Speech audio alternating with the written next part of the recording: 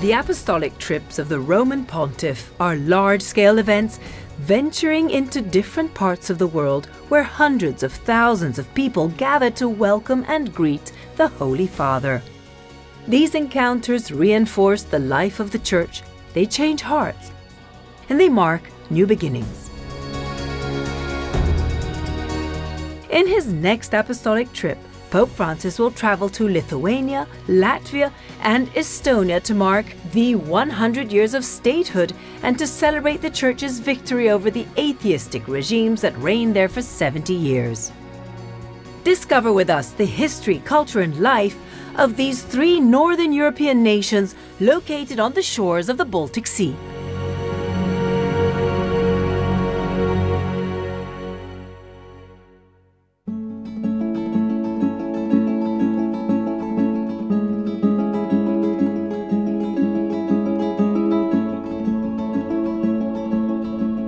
Overlooking Vilnius, the capital of Lithuania, we see dozens of church towers and domes rising above the city skyline.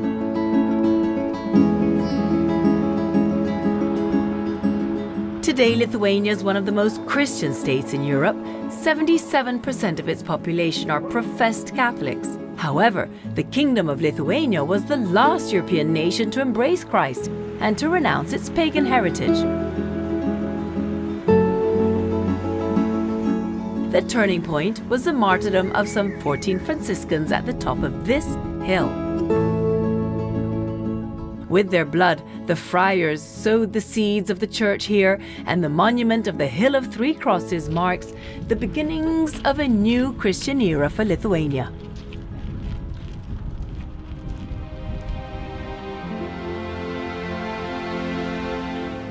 Some years later, in 1387, the Grand Dukes Jogaila and Vytautas the Great proclaimed Lithuania a Christian kingdom.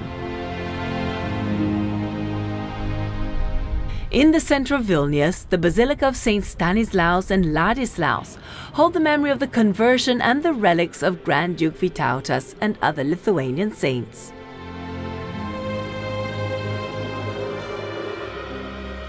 This is the chapel of St. Casimir Jagellon, the Grand Duke of Lithuania. St. Casimir lived a short but saintly life. He died at the age of 25 in 1484. Renowned for his generosity, piety and love for God and neighbor, he became the patron saint of Lithuania and its youth. A large group of young people will meet Pope Francis during the apostolic visit here, in Cathedral Square beside the relics of St. Casimir.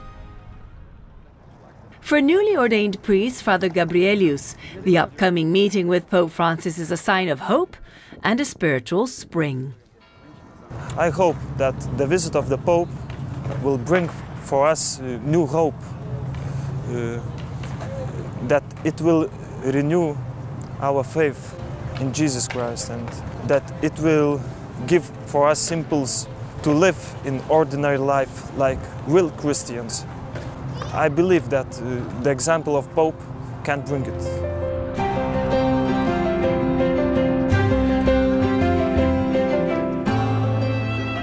Well, the youth will be at the square for in total 5 hours. Basically, we're going to be waiting for Pope to come. It's going to be joyful, creative. Young people will dance, will pray together, sing together, and many different activities. Christina says the organizers expect 50 to 20,000 young people for the event, most of whom will be coming from neighboring Russia, Poland, Belarus, and Ukraine. This will be the second apostolic trip to the country on record. Exactly 25 years ago, St. Pope John Paul II visited the Republic of Lithuania in September 1993, less than 2 years after the collapse of the Soviet Union.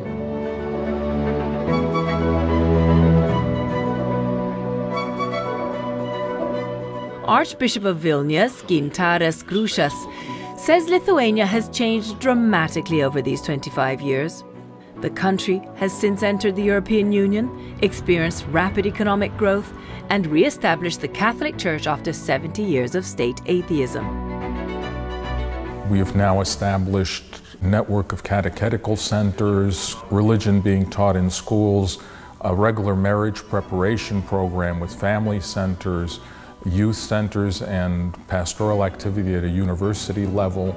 A lot of new churches being built and new life for the church in general. So it's been a very dramatic 25 years.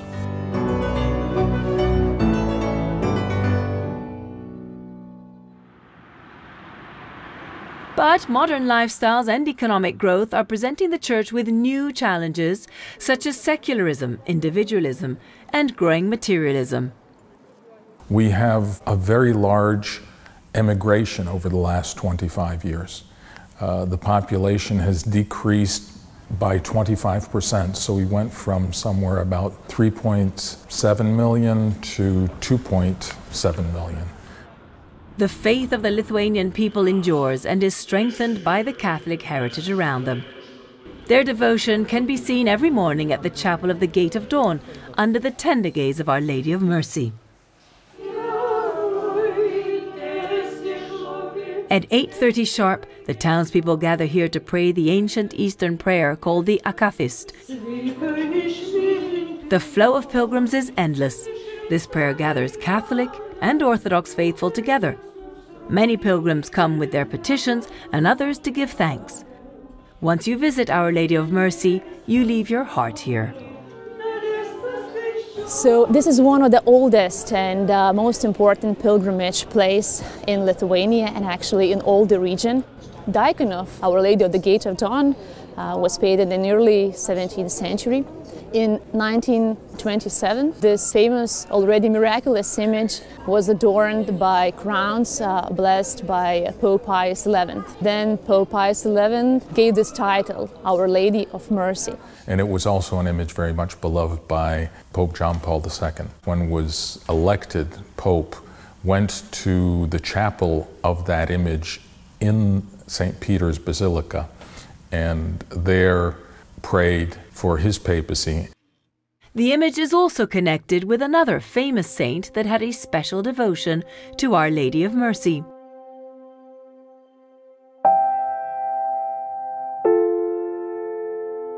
Saint Faustina Kowalska was a young Polish nun born at the beginning of the 20th century. She's known for her mystic visions of Jesus, whereby she was directed to create the image of divine mercy and prayer, known as the Divine Mercy Chaplet.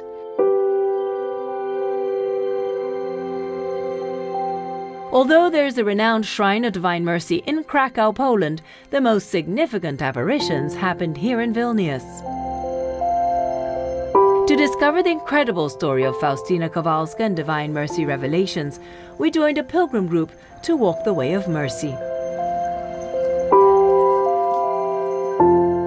This pilgrimage route finishes at the convent house where Saint Faustina received the words of the Divine Chaplet prayer, and in order to create an icon of Divine Mercy.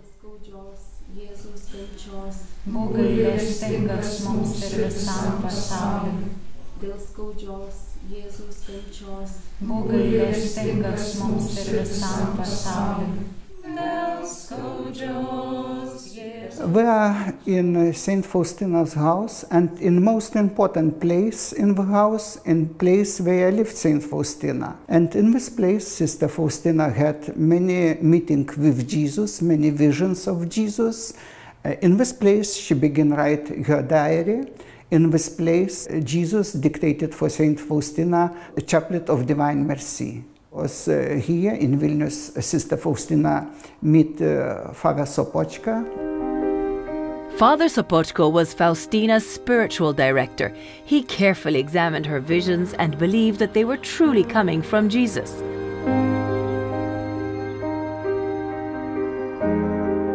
Father Sopochko commissioned the Lithuanian painter, Eugeniusz Kazimierowski, to paint the image that Jesus himself had requested from Saint Faustina. This chapel used to be the painter's studio. Right here, in absolute secrecy, under strict supervision by Saint Faustina, the image was completed in 1934.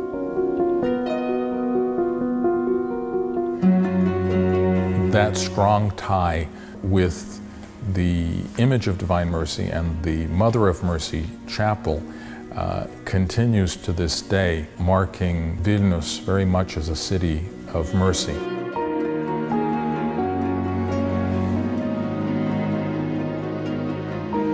I invite you to come here in Vilnius to touch that message, to touch that experience of the divine mercy, to get it and to bring to all the world.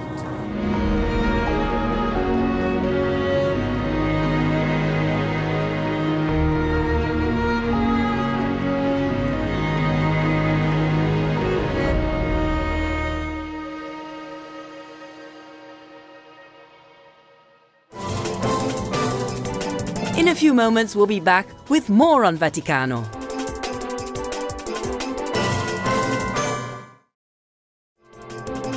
More on Vaticano begins now.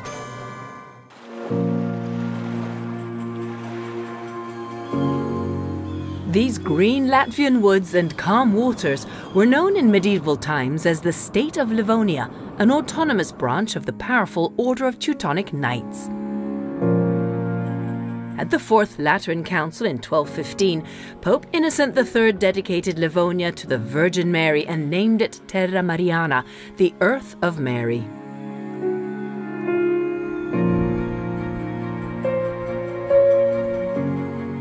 Over the years, devotion to Our Lady continued to grow in Latvia, despite the Protestant Reformation and 70 years of state-sponsored atheism. And in 2015 we celebrated 800 years of Terra Mariana. It's something particular because in our litany to the Holy Virgin Mary, at the end properly is this invocation that the Queen of Terra Mariana pray for us. For more than 300 years, thousands of Latvians have passed through these woods to venerate their queen, Our Lady of Aglona. Roads are scrupulously being prepared to welcome the most important pilgrim of this year, Pope Francis.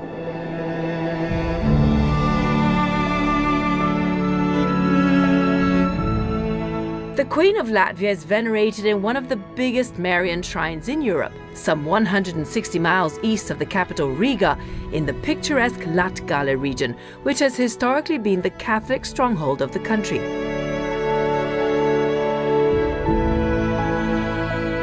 Inside the basilica, we meet the rector of the shrine, Father Daumans Abrikis.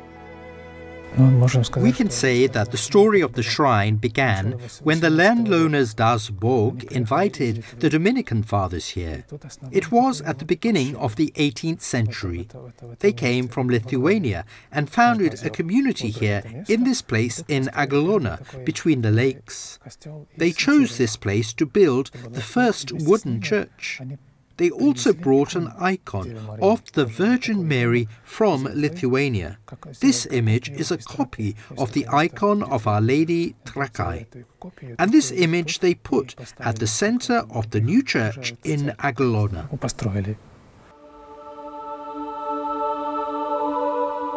The Dominicans were well known for their preaching, their beautiful liturgies, and the popularization of the Holy Rosary, an icon of Our Lady that soon became highly revered by Latvians.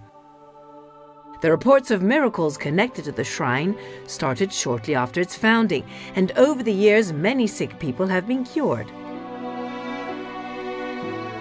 Pilgrims come here to breathe the fresh forest air, drink the miraculous water from the spring, and entrust their cherished dreams and prayers to the Virgin Mary. However, we do not have the apparitions of the Virgin Mary as in other countries. Here, people simply feel the special presence of the Lord in this place, and every year more and more people are coming here.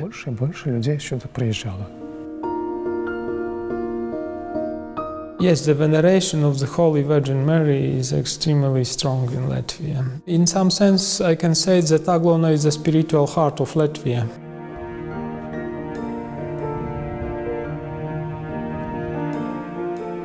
"25 years ago, Pope John Paul II visited Latvia. And in that moment, Latvia passed from Soviet system to independence. We were under transformation, and we needed encouragement to pass to this freedom and how to manage this freedom, yes, in right manner. Located at the crossroads of Europe, Latvia has become a country where the three main branches of Christianity, Lutherans, Catholics and Orthodox, live in peace and brotherhood.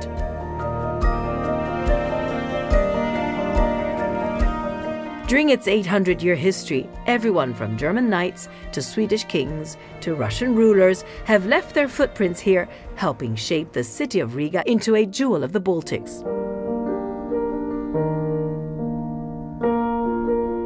Every month, the leaders of the main Christian denominations meet at the Catholic Cathedral, the Basilica of St. James, for an ecumenical prayer.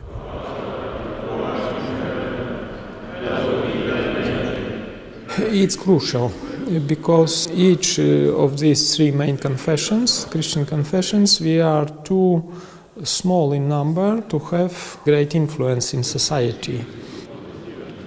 And we have been working together on many things for decades now. The Archbishop Metropolitan Zbigniew Stankiewicz is my friend since some 30 years. When he was a young engineer and I was a young teacher of chemistry, we were friends already.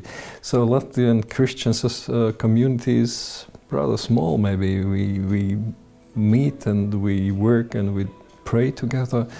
And this is what we mostly do. And we try to benefit from the dialogues which are conducted on the global level.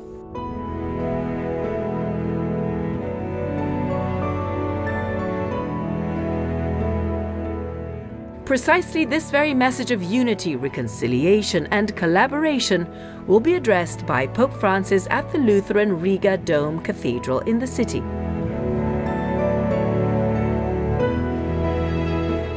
The Riga Dome is dedicated to the Blessed Virgin Mary, a rather strange title with it being a Lutheran church.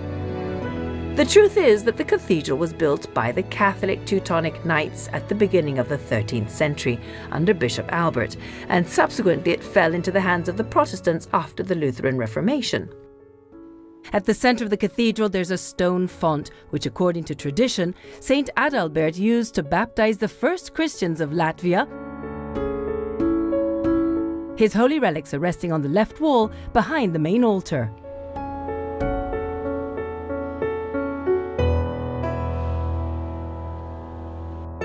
I think that Pope's visit, first of all for us, Lutherans, serves to remind the general public about the presence of Church and the sovereignty of God.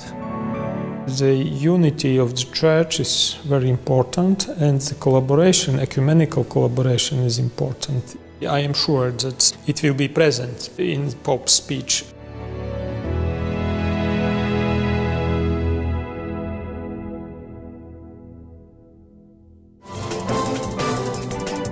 In a few moments, we'll be back with more on Vaticano.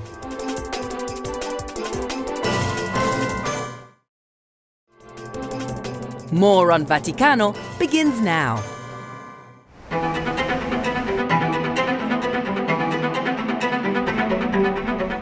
Situated on the southern coast of the Baltic Sea, on the shore of the Gulf of Finland, Tallinn, the capital city of Estonia, is piercing the sky with the sharp steeples and spires of its churches and castles.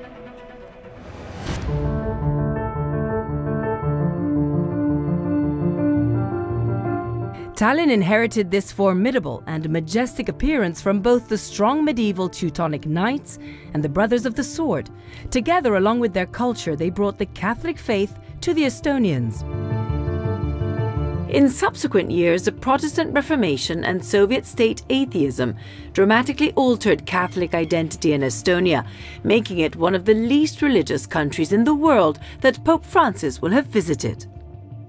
Yeah, I think that Estonia needs a papal visit From the logical point of view, it's not very logical for the logic of the numbers, I would say, of Catholics. But at least I remember that once the Pope said that I would like to visit small countries and countries who have suffered a lot. And I think that in that sense, Estonia is certainly a good choice. And then, of course, I think that if we compare, for instance, with Latvia, with Lithuania, where there are a strong Catholic tradition, the visit of the Pope in Estonia is more a challenge. Estonia is a country where roughly 75% of the population claim to be irreligious.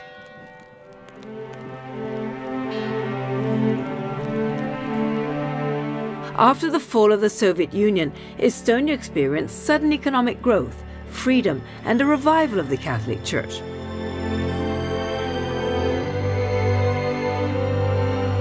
Exactly 25 years ago, Pope John Paul II witnessed this reawakening when he visited Estonia. When the Pope John Paul II came, he said in Estonia what he said in many countries. He said, "Non abbiate paura," and don't be afraid. Because it was the time of, let's say, new things, of course. The Estonian government, the Estonian state was awakening. And at the same time, there was a feeling also in the whole world of great ideals, ideal of universal peace, of European unity. And so now, 25 years later, what you see that our society is much stronger, much more stable, but it lacks perhaps those ideals. So what we need is that our heart would wake up again. And "Wake Up My Heart" is precisely the motto of Pope Francis's apostolic trip to Estonia. The visit is going to be short but very rich in events. The Pope is going to meet with young people at the Lutheran Cathedral, celebrate Mass at Freedom Square, and hold a meeting with church charity workers at the Catholic Cathedral of St. Peter and Paul. Bishop Eduard Profitlich, who was consecrated Archbishop in 1936 and worked at the Cathedral of St. Peter and Paul, was the first Catholic bishop in Estonia since the Reformation. This memorial plaque was blessed by St. John Paul II when he visited Estonia, and soon after, a cause for beatification was opened. It was in June 1941 when, during the night, communists came just next to the cathedral. When he had his apartment, they arrested him. During this very tragic moment, the Bishop Profitlich asked to be the last moment at church, really to be here next to the tabernacle and to pray. And later on, of course, he was arrested and brought to the Kirov in Russia, where he died in 1942. Margit says that the majority of the local work has been completed for the cause of beatification, and the process is now at the Vatican awaiting approval. Bishop Profitlich is one of many Baltic Christian martyrs who, with their own blood, have renewed Christianity in the Baltics.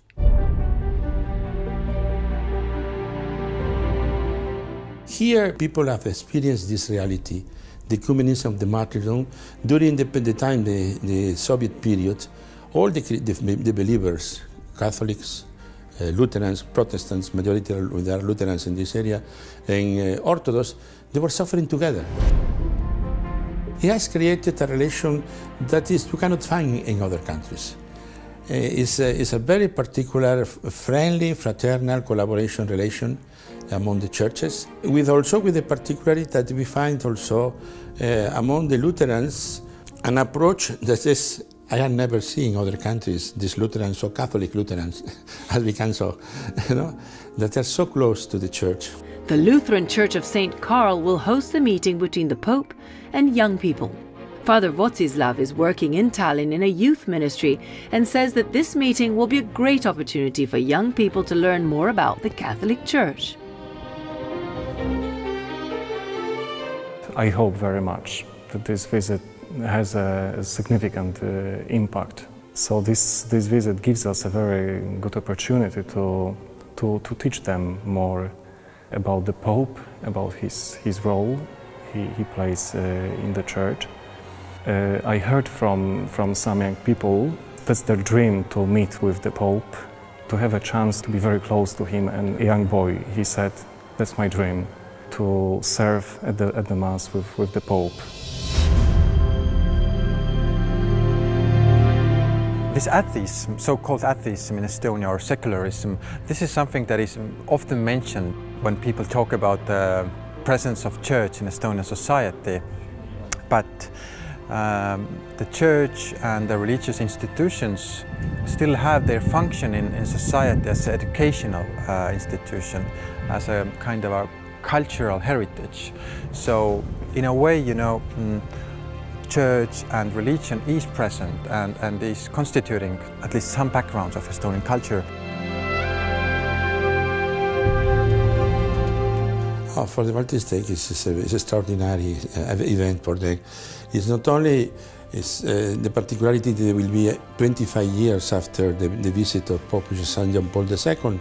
Now it's 25 years after the Holy Father came here to renew this strength to these people, these countries who are, after 25 years, they have grown and they have enjoyed their freedom. They know what it means to be free, with all the consequences, the positive and the negative. Pope Francis will conclude his apostolic visit to the Baltic states by celebrating Mass at Freedom Square in Tallinn, marking the 100 years of statehood of these small countries and providing a fresh start for the Catholic Church.